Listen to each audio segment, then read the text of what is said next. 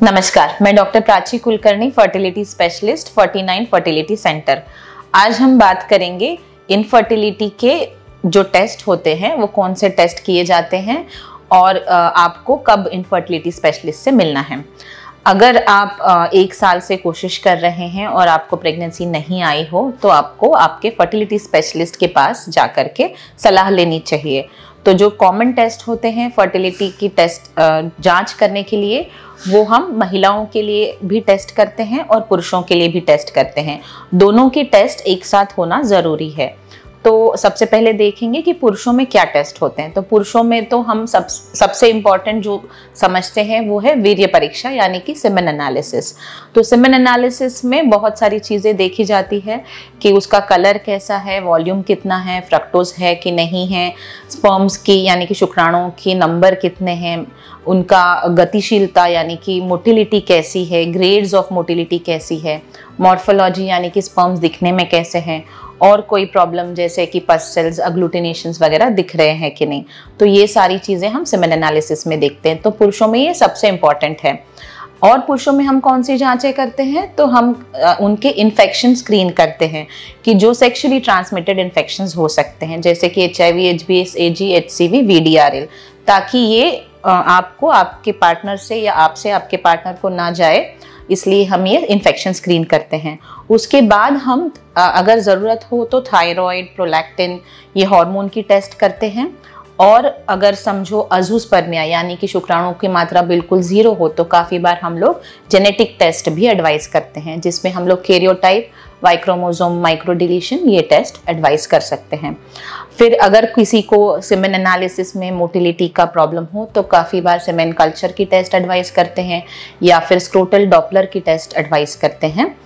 अब हम बढ़ेंगे महिलाओं की तरफ। तो महिलाओं में कौन से टेस्ट किए जाते हैं, तो महिलाओं में सबसे इम्पॉर्टेंट जो है वो है पेल्विक अल्ट्रासाउंड। तो ये पेल्विक अल्ट्रासाउंड जो होता है, ट्रांस वजाइनल पेल्विक अल्ट्रासाउंड करते हैं, जिसमें हमें बहुत सारी जानकारी मिल सकती है गर्भाशय के बारे में, उनके अंडाशय के बारे में, अंडों के नंबर के बारे में हमें काफ़ी सारी जानकारी मिलती है। जैसे कि गर्भाशय में अगर कोई गांठें हो, फाइब्रॉइड्स की गांठें हो, या कोई स्वेलिंग हो, एडिनोमायोसिस हो, किसी के गर्भाशय में पर्दा हो जिसे हम सेप्टेट यूट्रस कहते हैं, कभी कभी कोई जन्म से गर्भाशय में प्रॉब्लम रहती है जिसे हम यूनिकॉर्नुएट या बाइकॉर्नुएट यूट्रस कहते हैं। तो ये सारी जो प्रॉब्लम्स है हमें एक अल्ट्रासाउंड के टेस्ट पे मालूम पड़ जाती है। दूसरी इंपॉर्टेंट बात हम लोग क्या देखते हैं यूट्रस में कि गर्भाशय की परत यानी कि एंडोमेट्रियल लेयर कैसा है, उसकी थिकनेस कैसी है, वो दिखने में कैसी है, उसको ब्लड फ्लो कैसे जा रहा है, उसमें कोई अडीजन्स या कोई पॉलिप की गांठ वगैरह तो नहीं है। फिर हम 3D अल्ट्रासाउंड भी देखते हैं जिसमें हमें गर्भाशय सही है कि नहीं इसके बारे में जानकारी मिलती है। तो ये हो गया गर्भाशय के बारे में। अगर समझो ट्यूब्स नॉर्मल है तो काफ़ी बार हम लोग सोनोग्राफी पे ये ट्यूब्स नहीं देख पाते हैं, लेकिन अगर किसी के ट्यूब्स में पानी भरा हुआ है तो जिसे हम हाइड्रोसाल्पिंग्स कहते हैं, वो हम अल्ट्रासाउंड पे डायग्नोस कर सकते हैं। और एक चीज़ होती है जिसे हम हिमैटोसाल्पिंग्स कहते हैं या पायोसाल्पिंग्स कहते हैं, जिसमें ट्यूब्स में खून या फिर पस भरा हुआ हो, वो भी हमें अल्ट्रासाउंड पे दिख जाता है।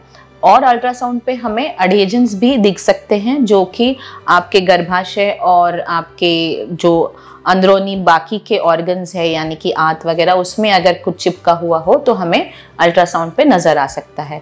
फिर हम ओवरीज देखते हैं। ओवरीज में हम लोग ओवरी का वॉल्यूम, ओवरी की साइज देखते हैं, ओवरी में कितने एग्स हैं मतलब एंट्रल फॉलिकल काउंट देखते हैं, जो हमें आपके एग रिजर्व के बारे में बताता है। तो ये एंट्रल फॉलिकल काउंट बहुत इंपॉर्टेंट होता है, वो हम देखते हैं अल्ट्रासाउंड पे। फिर उसके साथ साथ अगर ओवरी में कोई सिस्ट हो, जैसे कि सिंपल सिस्ट हो या चॉकलेट सिस्ट हो या हेमरेजिक सिस्ट हो, वो भी हमें अल्ट्रासाउंड में दिख जाता है। तो ये सारी जानकारी हमें अल्ट्रासाउंड में मिलती है। तो ये बहुत ज़रूरी है कि आप अच्छे फर्टिलिटी सेंटर से, अच्छे स्किल्ड स्पेशलिस्ट से आपका अल्ट्रासाउंड एग्जामिनेशन करवाएं। फिर अगर आगे बढ़े तो महिलाओं में दूसरी चीज़ जो होती है वो ट्यूब टेस्ट होती है। ट्यूब टेस्ट काफ़ी तरह से की जा सकती है, जैसे कि अल्ट्रासाउंड में भी सलाइन पुश करके, जिसे हम सलाइन इन्फ्यूजन सोनोग्राफी कहते हैं, उसमें भी ट्यूब्स ओपन है या ब्लॉक है पता चल सकता है। दूसरी जो टेस्ट है जो काफ़ी सालों से चलती हुई आ रही है और जो रिप्रोड्यूसिबल है उसे हम कहते हैं HSG, हिस्टोसाल्पिंगोग्राम।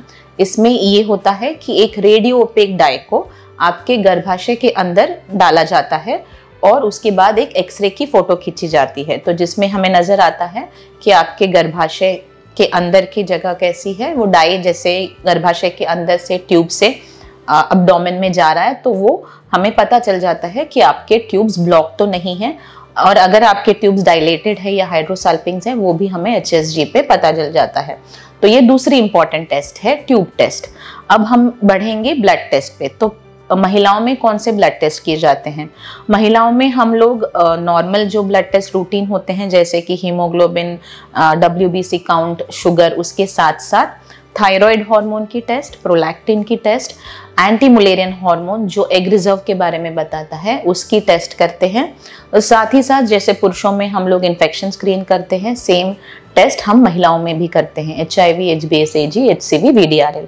तो ये सारे जो टेस्ट हैं ये महिलाओं में किए जाते हैं। तो ये जो है ये बेसिक इनफर्टिलिटी वर्कअप है, जो कोई भी कपल अगर प्रेगनेंसी चाह रहा है तो उन्हें ये टेस्ट करवाने चाहिए एक अच्छे फर्टिलिटी सेंटर से।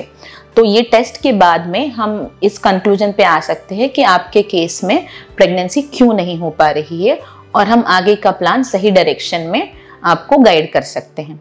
धन्यवाद।